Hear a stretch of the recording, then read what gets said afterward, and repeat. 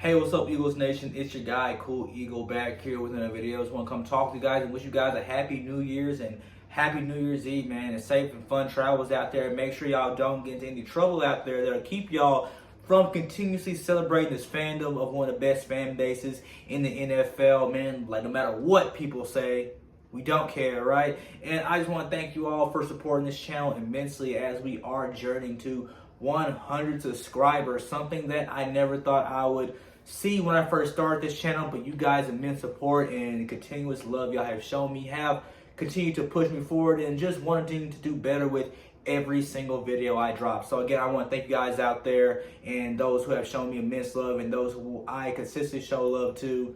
Shout out to you guys as well. And some final thoughts on that Dallas Cowboys loss we suffered on Sunday afternoon, a game that I thought that we were going to win if we just stuck to the game plan, running the ball more and keeping Jalen out of harm's way. And clearly when we went out of that, that's when the game started to get out of hand because the defense started seeing that Doug Peterson and his inefficient game planning as far as offensive strategy, he got out of the run and the defense just put all the corners back and started bringing the pain. And clearly that went downhill. It didn't work out. And my final takeaways from that game, clearly someone has to go. I've already stated as to why Doug Peterson would probably be the fall guy to leave this organization, because clearly Howie's not going anywhere.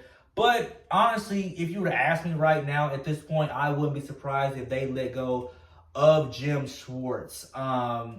Instead of Doug Peterson, and just give him another year to get this right before you actually release him, which is not very uncommon, as we have seen a lot of coaches over the years who have been given multiple chances to get themselves to the playoffs after having success before they're officially released. So clearly someone has to go. And a lot of analysts have already suggested that Doug Peterson cannot survive a 3-4 win season. And Jalen Hurts has shown a lot of bright spots. Clearly, I'm sold on Jalen Hurts.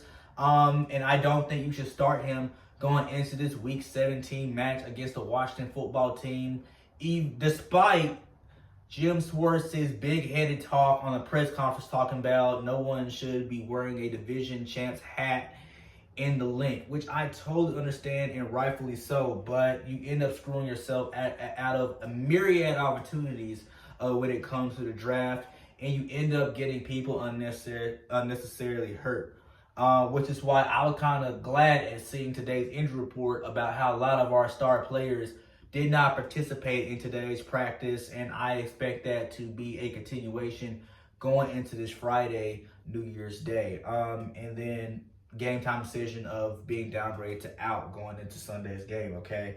Now, Jalen has shown a lot of bright spots, but I also want to point out that his 1-2 start was not better than Carson Wentz's 3 starts, as Carson Wentz went 3-0. Mind you, it is a better team than in 2016 than it is now, but that's just something to note. Carson Wentz went 3-0, threw 5 touchdowns, 0 turnovers, had a 64.7% completion of his passes, and only took like 4 sacks, and we know that Carson Wentz was more mobile back then compared to what he is now, and what the organization has standardized to be as a pocket quarterback, despite not getting him the personnel to be a pocket quarterback, which is another indictment on this front office and that disconnect between the head coaching staff and their front office that has clearly been a detriment on this team all year. That just made the Eagles a overall bad football team, whether you put in Carson Wentz or Jalen Hurts. So my prerogative going into Week 17 is to lose to the Washington football team. And here are the reasons clearly why, okay? Because one, you clearly have nothing to play for anymore. Per NFL.com, the Eagles have been officially eliminated from playoff contention, meaning that you won't be seeing us in the playoffs after having a 3 consecutive years of being in it, okay? And why would you want to play? And why would you want to win? You want to risk Carson or Jalen getting hurt and hurting their trade value if that's the path that we're going down going into this off season, despite a lot of Eagles fans have come in collectively to say that there should be a competition And the better man is going to be the starter, and the lesser of the two is probably going to be traded to a team that is in need of a quarterback, something that we clearly weren't needing in this previous draft. But again, indictments on Howie Roseman and their front office team, okay? Who are also having their own divide, as they didn't even want Jalen Hurts. They didn't want Jalen Reagor. But again, that's another story going into the next video, okay? This is just reasons why I think we should lose to the Washington football team week 17, okay? And then we could also spoil the Cowboys' chances of making the playoffs, okay? If we lose to Washington and Dallas wins, okay, they're out of there. Because then that would mean that Washington has 7 wins, Dallas will have 7 wins, but since Washington beat Dallas twice, they'd be out of there anyway. So we could potentially spoil a rivalry that we hate more than the Washington football team, okay?